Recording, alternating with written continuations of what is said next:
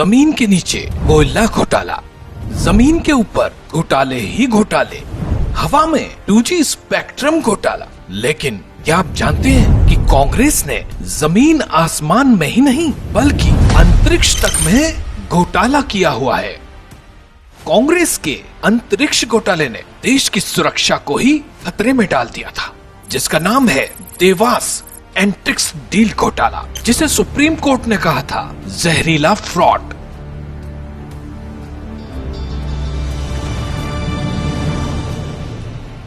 Four years after Times Now first exposed the ISRO-Devas deal, CBI has filed an FIR. The murky deal now spelling more trouble for the UPA government, during which the deal was finalized. Congress की UPA सरकार ने देश को भ्रष्टाचार और लूटपाट का अड्डा समझा।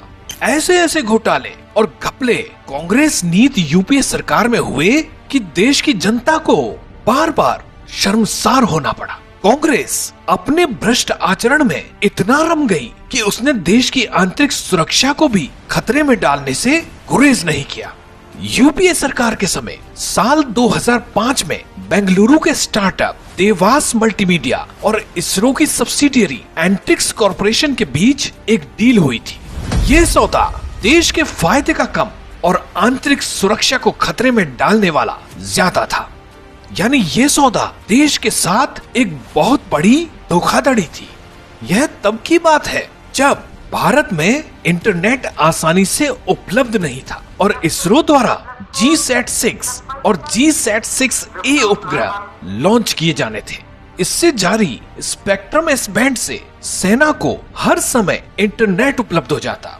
इस घोटाले की परत दर परत खोलने से पहले आइए समझ लेते हैं कि ये एंट्रिक्स और देवास क्या बना है। एंट्रिक्स पूर्ण रूप से भारत सरकार का उपक्रम है जो इसरो की वाणिज्यिक इकाई के रूप में काम करता है। वहीं देवास मल्टीमीडिया एक निजी परंतु पूर्ण रूप से भारतीय कंपनी है। इसरो के कुछ वैज्ञानिकों ने अमेरिकी निवेशकों के साथ मिलकर 2004 में बेंगलुरु में एक स्टार्टअप के रूप में देवास मल्टीमीडिया की स्थापना की थी। अपनी स्थापना के अगले वर्ष ही 2005 में देवास ने एंट्रिक्स के साथ एक सौदा किया। क्या था एंट्रिक्स देवास सौदा? एंट्रिक्स ने इसरो द्वारा भविष्य में लॉन्च किए जाने वाले दोनों सैटेलाइट से जारी एस बैंड स्पेक्ट्रम के अधिकारों को मात्र $30 करोड़ में देवास को 12 वर्षों के लिए बेच दिया, परंतु सौदे को गुप्त रखा। इसरो अंतरिक्ष विभाग के अंतर्गत आता है, जिसका प्रभार सीधे प्रधानमंत्री के पास होता है। इसकी भावी परियोजनाएं बेहद गुप्त रखी जाती हैं। उस समय देश के प्रधानमंत्री थे डॉक्टर मनमोहन सिंह। तो क्या हर घोटालों की तरह इसका भी पता मौनी बाबा को नहीं चल पाया? ये एक बड़ा सवाल है। सवाल और भी है। भारतीय उपग्रहों के बारे में देवास को कैसे पता चला? भारत सरकार को कोई सौदा करना ही था तो सार्वजनिक नीलामी के रूप में क्यों नहीं किया? देवास मल्टीमीडिया के साथ पूरी जांच परख किए बिना ही डील क्यों की गई? देवास मल्टीमीडिया के फर्जीवाड़े को समझने में सरकार को 2005 से लेकर 2011 तक का लंबा समय लगा।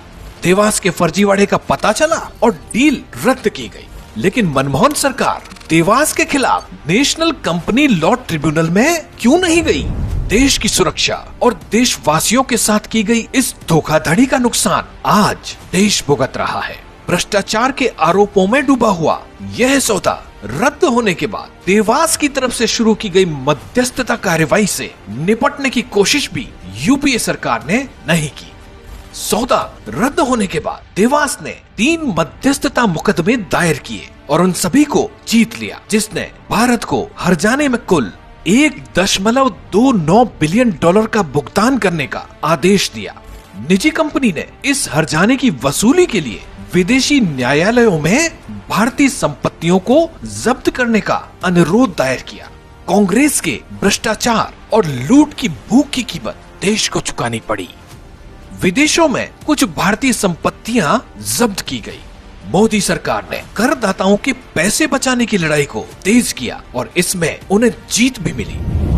नेशनल कंपनी लॉ ट्रिब्यूनल ने देवास को बंद करने का आदेश दिया। इस फैसले को national company law appellate tribunal ने भी बरकरार रखा। सुप्रीम कोर्ट ने इस डील को धोखाधड़ी बताया। भारत की राष्ट्रीय सुरक्षा से खिलवाड़ करते हुए ये डील की गई थी और अब कांग्रेस को बताना है कि उसने इस तरह का धोखा देश की जनता के साथ क्यों किया था। कांग्रेस मतलब करप्शन के अगले एपिसोड में देखिए। वाड्रा के जमीन सौदों के गोरख धंधे की वजह से दोनों ईडी के जाल में फंसे हुए हैं। काफी क्लोज हैं उनके, हम काफी आना जाना है।